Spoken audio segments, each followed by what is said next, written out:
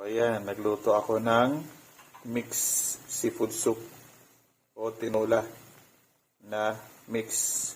Meron siyang squid, meron siyang porcupine fish o tagutungan o karutungan sa amin.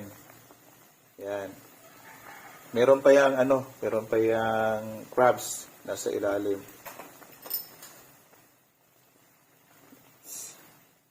Sa ilalim yung crabs niyan. Mamaya i-prepare ko, papakita ko sa inyo. Okay, ayan, luto na yung mixed seafood soup ko. May yan, nilagyan ko ng dahon ng sangig para mawala yung lansa, mabango yung sabaw. Seafood soup o tinola na seafoods. May squid yan, may porcupine fish, saka yung crabs. At yung kamyas yung nilagay kong pang-asim.